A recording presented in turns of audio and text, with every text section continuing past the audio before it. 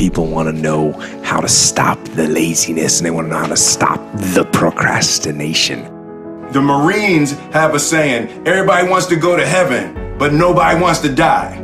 And that's just real. At the center of bringing any dream into fruition is self-discipline. Here's the next one, believe in yourself. Yes, you got to believe in God, and you got to believe in the community, and you've got to believe in the possibilities. You've got to believe in the economy. You've got to believe that tomorrow can be better than today. But here's the big one, believe in yourself. There isn't a skill you can't learn. There isn't a discipline you can't try. There isn't a class you couldn't take. There isn't a book you couldn't read. If it's written in some other language, you just get it translated and read it. When you let the discipline slack, you know the feeling weak and defeated, and you know that you're falling behind. So get to know those two different types of feelings and ask yourself which one you want to feel in 10 minutes or in a half an hour. When the thing is done, when the discipline has been implemented, remember what that feels like, and then remember that those minutes and those hours, they turn into weeks and months and years, and holding the line in those critical minutes will put you in an infinitely better place, physically and mentally, if you maintain the discipline. So work through the weakness, fight through the temptation, hold the line. Hold the line, maintain the discipline. It is not easy, but it is worth it, because discipline equals freedom. You know, something as simple as food and eating is not about your body as much as it is about your mind. It's getting command of your mind to be able to choose actions that are in your own best interest. Every day, we are choosing that's not in our own best interest, right? So if the world is attacking you and the world wants to fight you and the world's trying to hold you down, so you're gonna kick yourself in the balls? So you're gonna stop yourself from getting what you dream. Self-discipline is the center of all material success. You cannot win the war against the world if you can't win the war against your own mind. Ask for wisdom. This is communication of the highest source. Ask for wisdom. Ask for wisdom that creates answers. Ask for the wisdom that creates faith. Believe things are possible.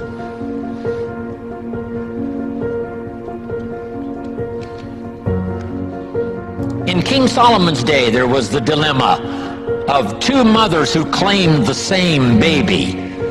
And the question was, whose baby is this? This mother says, it's mine. The other mother says, no, it's mine. Solomon said, bring me the baby.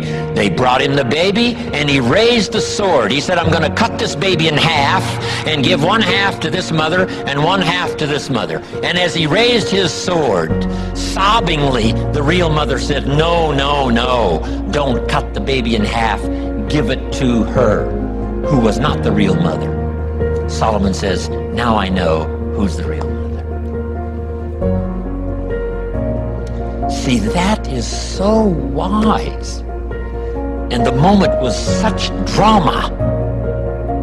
But Solomon, the wisest of the wise, knew what to do to settle the deal. Ask for wisdom to deal with the challenges of today and tomorrow, to deal with the challenges your family brings you. Don't wish it was easier, wish you were better. Here's the next one, conserve your time. I must learn to do this. How much time have I got left? Not an unlimited supply.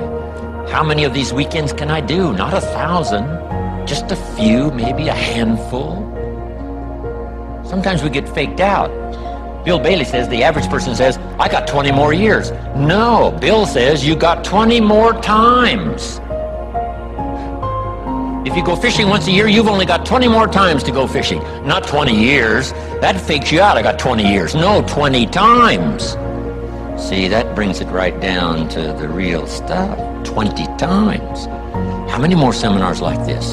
Not 1,000, a few, just a few. So would I mumble and stumble? Would I give you less than my best when I've only got a few more to give? And the answer is no, of course not. If you're a person of some dignity and quality, you wouldn't let that happen. Next, invest your profits. We're going to talk now about this before the weekend is over on financial independence. And I'm going to give you some excellent advice. Here was one of the philosophies Mr. Schoaf gave me, along with Mary Kay. Here's what he said. Profits are better than wages. Wages make you a living. Profits make you a fortune. Mary Kay and I went for that. Wow. Could we start earning profits while we're making a living? The answer is yes.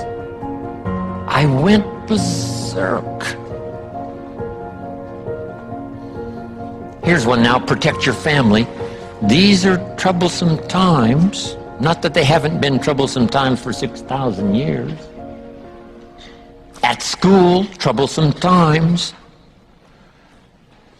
I know a wonderful mother and a wonderful father who had 2 boys.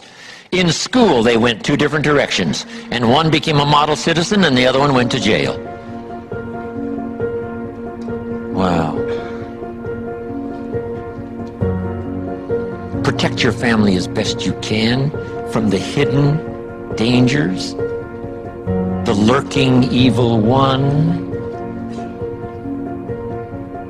Here's the next one. Live with intensity. You might as well turn it up a notch or 2 after this weekend. Why not? Invest more of you in whatever you do.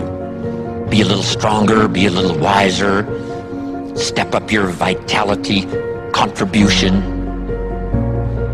Put everything you've got into everything you do, and then ask for more vitality and more strength and more vigor, more heart, more soul. Next, find your place. This one now is so important. If you just work on a job, find the best place where you can serve well. And sure enough, they'll ask you to occupy a better place. And if you keep doing the job well, the guy says, well, if I had a better job, I'd really pour it on. But I got this lousy job, so I just goof off. See, that's the philosophy of disaster. So you've got a lousy job. Do the very best you can. That's your best way out.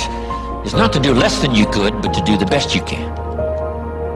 With that philosophy, your life can take great leaps forward. Here's a Bible phrase that says, if you work on your gifts, they will make room for you. They'll make a place for you. Here's the next one. Demand integrity from yourself.